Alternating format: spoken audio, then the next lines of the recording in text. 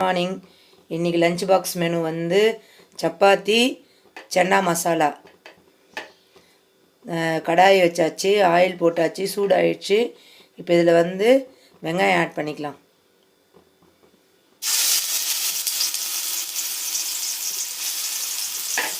வெங்காயம் வந்து நல்லா மிக்சியில் போட்டு பேஸ்ட் ஆக்கிற அதை ஆட் பண்ணிக்கிட்டேன். தேவையான கல் உப்பு ஆட் பண்ணிக்கிட்டேன். அதை போட்டு நல்லா வதக்கலாம். இப்போ வெங்காயம் நல்லா வதங்கிடுச்சு. இதில் இஞ்சி பூண்டு பேஸ்ட்டு, பட்டை, லவங்கம், சீரகம், பெருங்காயம் எல்லாத்தையும் ஒன்றா மிக்சியில் போட்டு அரைச்சிட்டு அத்தையும் போட்டு பச்சை வாசனை போகிற அளவு வதக்கலாம். அதுக்கப்புறம் கருவேப்பிலை ஆட் பண்ணேன். கருவேப்பிலை ஆட் பண்ணதுக்கப்புறம் இதில் 3 தக்காளி அரைச்சி வச்சுருந்தேன். அந்த 3 தக்காளியும் ஆட் பண்ணிவிட்டு நல்லா வதக்கி விட்டுருந்தேன். தக்காளி நல்லா பச்சை வாசனை போயிடுச்சு. இப்போ இதில் மிளகாத்தூள் ஆட் பண்ணிக்கலாம். 2 ஸ்பூன் குழம்பு மிளகாத்தூள், 1/2 ஸ்பூன் கனம் மசாலா, இப்போ வந்து 1/2 ஸ்பூன் மஞ்சள் தூள் எல்லாத்தையும் ஆட் பண்ணிக்கிட்டு நல்லா மிக்ஸ் பண்ணிக்கலாம். நல்லா பச்சை வாசனை போயிடுச்சு. அதில் பிளாக் சன்னா ஆட் பண்ணி நல்லா கலக்கி ஒரு 5 நிமிஷம் கொதி போட்டுருக்கேன். சப்பாத்தி போட்டு முடிச்சோடனே lunch box menu ready. Chana masala ready ஆகிடுச்சு. சப்பாத்தி லஞ்ச் ரெடி பண்ணிட்டுருக்கேன். இன்றைக்கி லஞ்சு வந்து வெஜிடபிள் குருமா குழம்பு, ரசம், வாழைக்காய் பொரியல், ஒயிட் ரைஸு. இப்போ வெஜிடபிள் குருமா குழம்பு செய்கிறேன். ஃபஸ்ட்டு குக்கர் அடுப்பில் வச்சுட்டேன். ஆயில் ஊற்றிட்டேன். அதில் வந்து பட்டை லவங்கெல்லாம் போட்டாச்சு. அப்புறம் வெங்காயம் போட்டு வதக்கிட்டேன். வெங்காயம் போட்டு வதக்கினோடனே இஞ்சி பூண்டு பேஸ்ட்டு போட்டு வதக்கிட்டேன். இஞ்சி பூண்டு பேஸ்ட்டில் தான் வந்து சீரகமும் சோம்பும் போட்டு அரைச்சிட்டேன். அதையும் போட்டேன். அது நல்லா வதங்கினோடனே ஒரு தக்காளி கட் பண்ணி அதையும் நல்லா வதக்கிட்டு உருளைக்கிழங்கு, பச்சை பட்டாணி, பீன்ஸ் இதெல்லாம் போட்டு இப்போ அந்த ஆயிலே வதக்கின்னு இருக்கேன். இப்போ பொரியல் பண்ணிட்டு இருக்கேன். அதுக்கு வந்து கடாய் வச்சுட்டேன். கடாயில் ஆயில் ஊற்றிட்டேன். கடுகு போட்டேன்.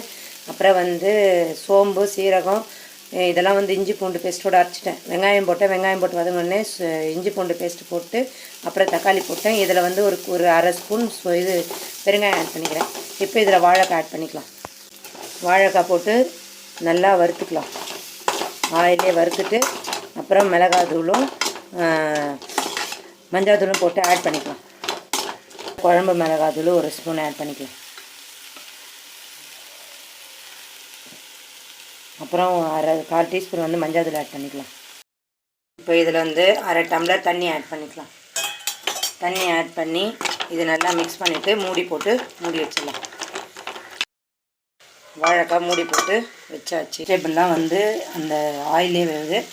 இது குழம்பு மிளகாத்தூள் 1/2 ஸ்பூன் போட்டுக்கலாம். 4 ஸ்பூன் வந்து மஞ்சள் தூள் ஆட் பண்ணிக்கலாம்.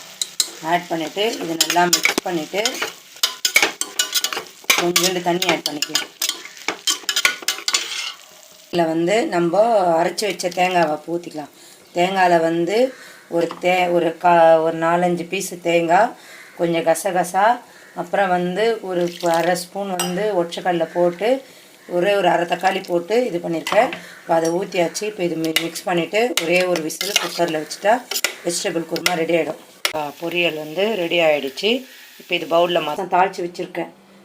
புளி கரைச்சிட்டேன். அப்புறம் மிளகு, சீரகம், பூண்டு, ஒரு காஞ்ச மிளகா போட்டு மிக்சியில் அரைச்சிட்டு அதையும் இது பண்ணிவிட்டேன். அப்புறம் தக்காளி ஒரு 2 தக்காளி போட்டு அதையும் பண்ணியிருக்கேன்.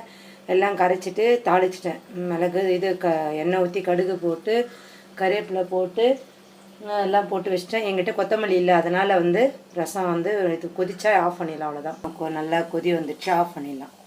இந்த பக்கம் வந்து குருமா குழம்பு நல்லா கொச்சிடுச்சு. இப்போ இது கேஸ் ஆஃப் பண்ணிட்டு ஒரு பவுலுக்கு மாற்றி